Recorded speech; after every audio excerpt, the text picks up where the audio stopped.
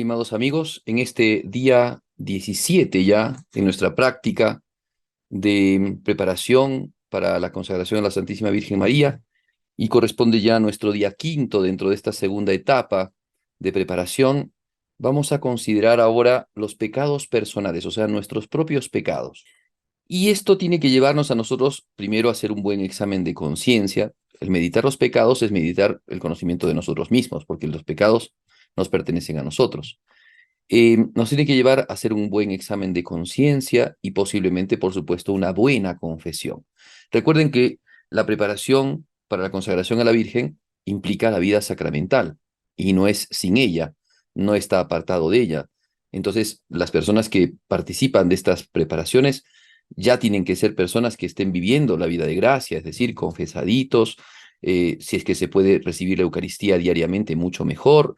Claro que son cosas propiamente en el itinerario San Luis María no nos dice que hay que tener la misa todos los días, pero esto puede perfectamente hacerse, no hay ningún problema. Pero el hecho es que ahora en este tiempo es un tiempo como para poder revisarnos a nosotros mismos, revisar nuestra conciencia, revisar nuestra alma, revisar nuestra historia personal.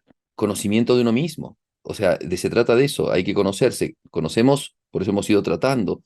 Conocemos que Dios es el que nos ha creado, conocemos que hemos sido creados a su imagen, conocemos que nuestro destino es la eternidad, pero también conocemos la realidad del pecado que está metido en el hombre. Y ahora vamos a ver nuestros propios pecados. Algunos podrían servirse, por ejemplo, si es que hayan hecho ejercicios espirituales de San Ignacio de Loyola, podrían servirse de la meditación de los pecados propios que tiene San Ignacio de Loyola en el libro de los ejercicios. Yo voy a proponer no propiamente la meditación de los pecados propios, pero sí una cosa que pueda acercarnos, ¿no?, a la consideración de nuestra propia iniquidad, de nuestra propia malicia, para nuestro arrepentimiento, para nuestra enmienda, para buscar en eso unirnos a Dios, conocernos y unirnos a Dios. Nuestras oraciones, como solemos hacer, la oración al Espíritu Santo, la oración Jesús que vives en María, y ya para adentrarnos en esta meditación, la primera oración que vamos a hacer es nuestra oración preparatoria, para que todo sea para la mayor gloria de Dios, como se viene diciendo todos estos días, y que ya ustedes tienen que estar practicando esto, ¿no? Porque se entiende que estos son puntos, estos son la materia de lo que ustedes tienen que meditar. La composición del lugar será la misma del día de ayer. Como dice San Ignacio de Loyola, mirarnos, ¿no?, como encarcelados en un cuerpo corruptible, o imaginarnos en un lugar, digamos, en la selva o en un lugar así, con fieras que están a nuestro alrededor y que quieren devorarnos. Mirar un poco esto. La petición será pedir conocimiento interno de nuestros pecados, de nuestra vida, de nuestra historia, para mirar también en eso la inmensa misericordia que Dios nos ha dado. Bien, el primer punto que quiero que reflexionemos es aquello que dice el Salmo 14:3, ¿no? Salmo 14:3 hace ver cómo los hombres abandonamos a Dios, lo dejamos de lado, vivimos sin Él, y dice así, ¿no? Todos se han descarriado y no hay quien, digamos, no hay alma, ¿no?, que no tenga pecado. Todos se han extraviado, todos se han corrompido, no hay quien haga el bien, ni uno solo. Esto hay que tenerlo siempre en cuenta, porque ayer veíamos cómo en Adán todos hemos pecado, porque Adán trajo el pecado original, que es el pecado de herencia, el pecado de naturaleza. Pero al pecado de Adán, nosotros hemos agregado nuestros propios pecados.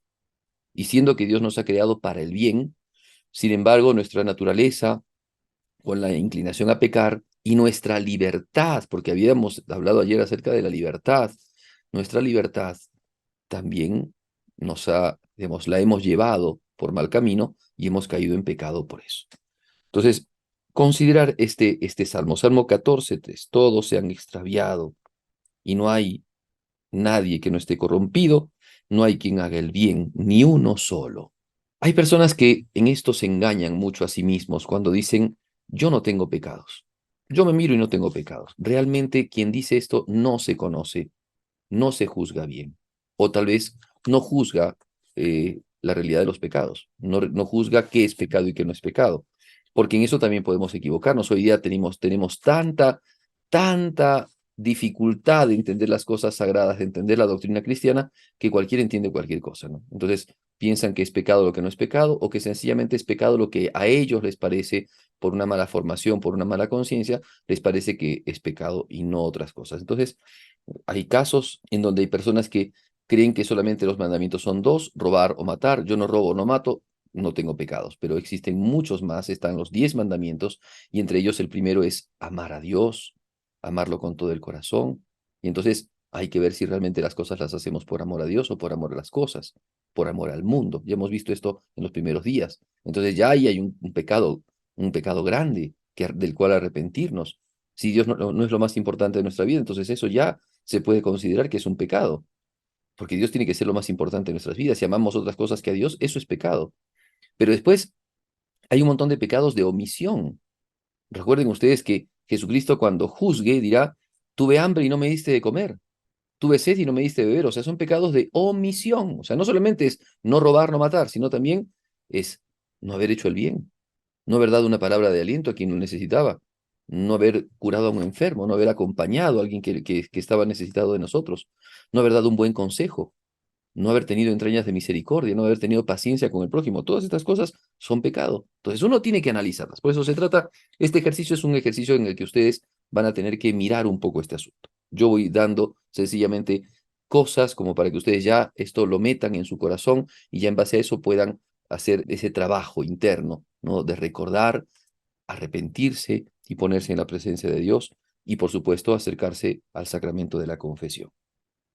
Entonces, en esto, un primer puntito tendríamos que decir que es que Dios nos ha creado para el bien, a nosotros ya no solamente al mundo, a Adán, a Eva, sino a nosotros. Dios nos ha creado para el bien y nos ha creado buenos, porque así fue la creación de Dios. Sin embargo, hemos sido nosotros los que hemos realizado con una libertad deformada, corrompida, hemos realizado actos contrarios a Dios. Se entiende que los pecados son aquellos actos que se cometen contra alguno de los 10 mandamientos. Y estos pueden ser mortales cuando son en materia grave o pueden ser veniales cuando son en materia leve, ¿no? Pero todos hemos cometido pecados, por tanto, todos nos encontramos en esa situación. El pecado nos ha convertido, ¿no?, en opositores a Dios, en rebeldes contra Dios, porque uno es rebelde cuando se opone a las normas, ¿no? Uno es un rebelde anárquico cuando se opone a la realidad, ¿no?, de una vida social. Y Dios nos ha dado el camino en Cristo, nos ha dado la manera de vivir en el cumplimiento de los mandamientos. Y cuando uno se opone de una manera o de otra a los mandamientos, se hace rebelde contra Dios, se opone a Dios. Entonces el pecado nos ha hecho opuestos a Dios, nos ha apartado de su amor, de su providencia, de su plan amoroso con nosotros, nos ha apartado de su voluntad. Nadie que comete pecado está en la voluntad de Dios. Y cuando rezamos el Padre Nuestro le decimos, hágase tu voluntad, pero el que está en pecado no está haciendo la voluntad de Dios, porque el pecado es justamente eso, apartarse, renegar, impedir la voluntad de Dios en nuestras vidas. Mirar entonces cómo el pecado nos ha hecho transgresores, el pecado nos ha hecho rebeldes, pero más, el pecado nos ha hecho esclavos. El que comete pecado, pero que eso también es una cosa como para tomar en cuenta, ¿no? Cuando la iglesia, cuando Cristo nos dice que no hemos de cometer pecados, no hemos de cometer adulterios, no hemos de cometer borracheras, desenfrenos, no hemos de mentir, en realidad no nos están quitando libertad, sino que están impidiendo que oremos mal con la libertad. Están protegiendo nuestra libertad. O sea, miren ustedes, aquellas personas que viven en pecado, que caen en pecado, se meten en problemas, se meten en líos. Por supuesto, primero con Dios, porque lo desobedecen y lo ofenden.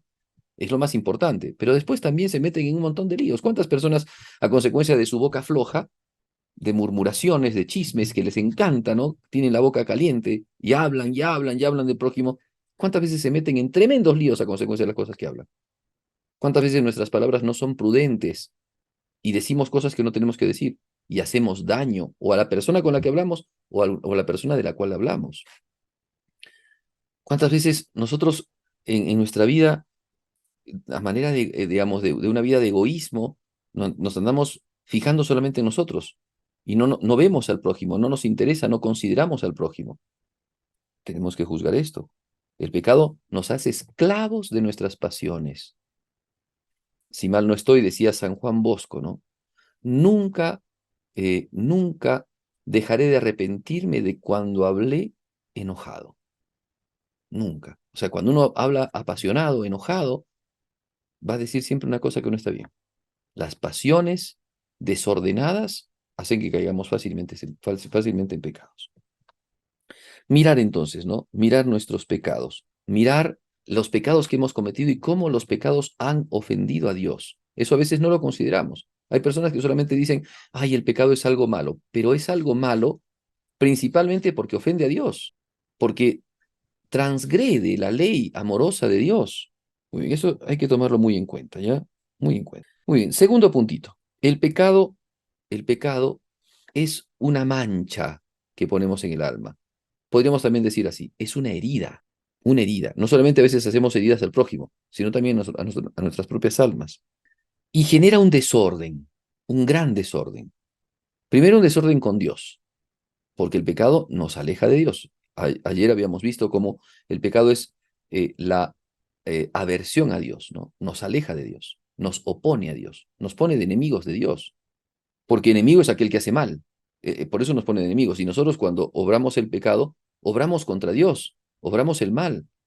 Entonces nos hacemos enemigos de Dios. El pecado nos desordena con Dios que es nuestro creador, con Dios que es nuestro redentor, con Dios que es nuestro Padre. Pero el pecado también desordena nuestras almas. ¿Cuántas veces las almas a consecuencia del pecado quedan totalmente desordenadas? ¿Cuántas veces hay personas que cometen pecados y quedaron totalmente desordenados? Es decir, no pueden ya obrar coherentemente. El pecado los va llevando, ¿no?, hacia una línea de actos que siguen el pecado. De, por ejemplo, la persona que cae en holgazanería, de la holgazanería pasa a la mentira para poder justificar su holgazanería, a la murmuración, al enojo con la persona que le dijo tal o cual cosa, y tantas otras. O sea, hay pecados que son raíces de otros pecados. Desordenan nuestras almas, nos desordenan, porque hacen que no rija nuestra inteligencia, que no gobierne la inteligencia de nuestras vidas, sino la pasión, el enojo, la tristeza, la lujuria. Y el pecado además desordena nuestra realidad social, aunque no sean pecados públicos, desordena la realidad social. O sea, aquella persona que, por ejemplo, falta de pensamiento al prójimo, en caridad o en algún otro tipo de pecado, también está desordenando la sociedad, porque está generando cosas, está inclinándose a cosas que no están bien y está ofendiendo, aunque tal vez la otra persona no lo sabe, lo está ofendiendo desde su corazón. Cuando alguien maldice, por ejemplo, internamente a otra persona, o cuando uno piensa cosas malas de la otra persona, está transgrediendo socialmente, está haciendo daño socialmente a la persona, pero claro, eso queda en el interior del corazón, pero no deja de ser un pecado contra la armonía y contra el bien, y más grandemente todavía, contra la iglesia que es el cuerpo místico de Cristo. Y ese cuerpo místico de Cristo queda resquebrajado cuando una persona pierde la gracia. Es como que el espíritu de la iglesia, que es el Espíritu Santo, va moviendo a toda la iglesia y la iglesia va trabajando, animada por el Espíritu Santo, pero un miembro, una parte, una persona dentro de la iglesia comete pecado mortal. Y entonces es como que ese cuerpo vivo, ¿no?, se encuentra ahora doliente y herido en esta persona por el pecado que ha cometido. Recordar entonces que el pecado es ingratitud contra Dios, que tanto nos da, que tanto nos quiere, que tanto nos ama. Es ingratitud aquel que nos lo ha dado todo. Y es ingratitud también porque hace que nosotros, en vez de devolver el bien que nosotros hemos recibido, devolvamos males por bienes, ¿no? Nos convierte en personas realmente indignas. El pecado además es miseria. Por eso es que muchas veces nosotros, cuando nos vemos a nosotros mismos, con justa razón pensamos que somos miserables, porque el pecado trae a nosotros miseria. La miseria es la ausencia de riqueza, la miseria es una condición de aquel que está lleno de penurias, lleno digamos, de cosas vanas, de cosas malas, de heridas. Y entonces el pecado nos hace miserables, miserables, bajos. El pecado además nos hace malos, lógico, porque el mal, digamos, o el que hace el mal, el malvado, es aquel que obra iniquidades. Y el pecado es justamente la iniquidad. Entonces, juzgar. Entonces, eso ya tiene que esto ayudarnos a ver nuestra propia conciencia, ¿no? Cada uno sabe qué pecados ha cometido, qué pecados viene arrastrando, qué pecados tienen en su infancia, ¿no? Bien, tercer puntito. El pecado, ¿sí?, es un acto de oscuridad que nos aleja de Cristo. Hay una cita del Evangelio de San Juan, capítulo 3, versículo 19, que dice, en esto consiste el juicio, en que vino la luz a este mundo, pero los hombres prefirieron las tinieblas porque sus obras eran malas. O sea, Cristo viene con todo su amor, la luz del mundo, a iluminarnos, a darnos el sentido de la vida, a darnos el sentido y la coherencia en nuestra vida. Pero nosotros, a consecuencia del pecado, dejamos de lado a Cristo. Preferimos las cosas del mundo, dejamos de lado al Señor, preferimos otras cosas inferiores, vanas, por Jesucristo. Y entonces el pecado pone en nuestro corazón oscuridad. Y eso es una cosa terrible, porque siendo que somos hijos de la luz, empezamos a obrar siempre en las tinieblas. Por eso es que el pecado exige de nuestra parte, primero, reconocimiento. Porque hay muchas personas que, como dije antes, ni siquiera reconocen su pecado. Viven en tanta superficialidad, en tanta vanidad, en tanta vanagloria, que ni siquiera se dan cuenta del pecado que han cometido. Y se justifican, ¿no? Eso es una característica propia del que vive en pecado. Justificarse. Se justifican siempre. Hiciste tal cosa mal. No es que tuvo la culpa fulano, no es que tuvo la culpa el día, no es que tuvo la culpa la noche, no es que tuvo la culpa de tal circunstancia. Y nunca, nunca reconocen su culpa. Sepan que es una cuestión de orden psicológico, ¿no? Cuando una persona reconoce su debilidad es cuando empieza a cambiar. Pero si no reconocemos esto, si lo justificamos, si echamos la culpa a todo el mundo, siempre vamos a seguir con nosotros, o siempre va a seguir en nosotros el pecado. Entonces el pecado exige de nosotros reconocimiento, reconocimiento de lo malo que estamos haciendo. Pide de nosotros, además, arrepentimiento, porque hay personas que también es una lástima ver que en vez de arrepentirse y avergonzarse del pecado, se jactan, se enorgullecen del pecado. Es una pena. Personas que cuando cometen un pecado se ríen, se burlan y piensan que realmente están siendo muy, digámoslo así, que tienen mucha calle, ¿no? Por el hecho de cometer pecados, que son muy vivos, que son muy astutos, que son muy audaces, ¿no? Y resulta que el pecado lo que hace es ensombrecerlos, lo que hace es volverlos gente de mala calaña, gente no confiable. Entonces, mirar, el pecado exige conversión, arrepentimiento, dolor, propósito de enmienda. Cuando estamos en pecado y queremos salir del pecado, lo que tenemos que tener es propósito de enmienda, es decir, tener el deseo de no volver a cometer más pecados. Eso es básico cuando, por ejemplo, vamos a confesarnos. Si nos confesamos sin dolor, sin arrepentimiento, sin propósito, esa confesión es inválida. Decir solamente pecados es hasta jactarse de los pecados. Tiene que haber arrepentimiento. De hecho, la esencia, ¿no? La materia propia del sacramento de la confesión es el arrepentimiento. Entonces, eso nos tiene que llevar al arrepentimiento. Mirar, entonces, por último, nuestros pecados. Mirarlos, a ver, ¿cuáles son los pecados que cometo? ¿Cómo nos damos cuenta de eso? Pues uno puede mirar sus confesiones pasadas. Puede hacer también su acto de contrición, o mejor, perdón, su examen de conciencia, ¿no? Mirando los mandamientos o mirando las virtudes. ¿A qué le estoy lesionando? ¿Qué pecados estoy cometiendo? Mirar todo eso. Y entonces mirar lo malo, lo terriblemente malo que es el pecado. Arrepentirnos de esto, con todo el corazón, con todo el alma. Muy bien, terminar con un coloquio a Cristo en la cruz, Cristo misericordioso, que todo lo perdona, pero que pide de nosotros el arrepentimiento. Porque si no hay arrepentimiento, tampoco Jesús nos da el perdón, porque no hay disposición. Dios no puede perdonar si es que nosotros no le pedimos perdón. Es decir, si es que nosotros no tenemos la actitud del perdón, si es que nosotros no tenemos el dolor del pecado, si es que nosotros nos jactamos de ese pecado, ¿cómo nos va a perdonar Jesucristo? Por eso, y bueno, y acudir al sacramento de la confesión. Coloquio a nuestro Señor, un coloquio a Cristo doloroso en la cruz, viendo cuánto mal ha causado nuestros pecados, cuánto han hecho en esa cruz y cuánto Jesús nos entrega de su perdón de los pecados que hemos cometido.